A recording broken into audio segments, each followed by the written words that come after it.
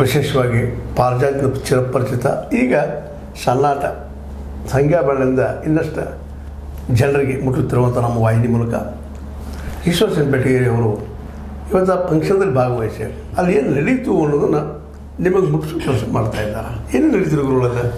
Sir ನಮಸ್ಕಾರ ತಮಗೆ.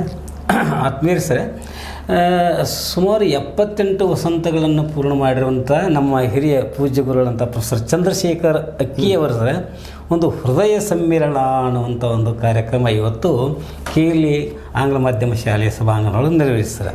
Sir, ಇದೊಂದು ಹಿರಿಯ ಕಿರಿಯ ಸ್ನೇಹಿತರ ಒಂದು ಅಪರೂಪದ ಗೆಟ್ ಟುಗೆದರ್ ಅಂತೇಳಿ ಸರ್. ಅವರು ನಮ್ಮ ಸರ್ ಅವರು ಹೇಳಿ ಹೋಗಿ ಸರ್, ಕಳೆದ 50 ವರ್ಷಗಳಿಂದ ಸಾಹಿತ್ಯ, ಸಂಸ್ಕೃತಿ, ಶಿಕ್ಷಣ, ಸಮಾಜಮುಖಿ ಚಿಂತನೆಗಳು ನನ್ನ ಬದುಕಿನ ಭಾಗವೇ ಆಗಿ ಹೋಗಿವೆ.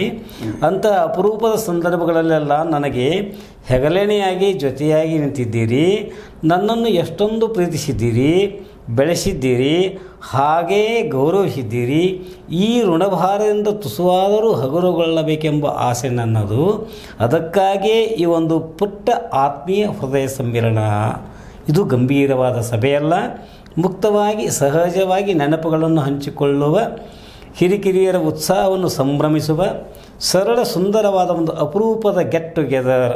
ಹಾಗೆ ಅವರ 2 ಕೃತಿಗಳು ಸಹ, ಒಂದು ಎತ್ತರದ ಏಣಿಗೆ ಶಬ್ದಗಳು ಹುಡುಕುತ್ತಾ ಇದೊಂದು ಕೃತಿ ರೀ, ಹಾಗೆ ಬರೆದು ಬದುಕಿದ ಹಾದಿ ಅನ್ನೋದು ಇದೊಂದು ಕೃತಿ. ಈ 2 ಕೃತಿಗಳನ್ನು ಕನ್ನಡ ಸಾರಸ್ವತ ಲೋಕಕ್ಕೆ ಇವತ್ತು ಪ್ರೊಫೆಸರ್ ಚಂದ್ರಶೇಖರ್ ಅಕ್ಕಿಯವರು ಅರ್ಪಣೆ ಮಾಡಿದರು ಸರ್.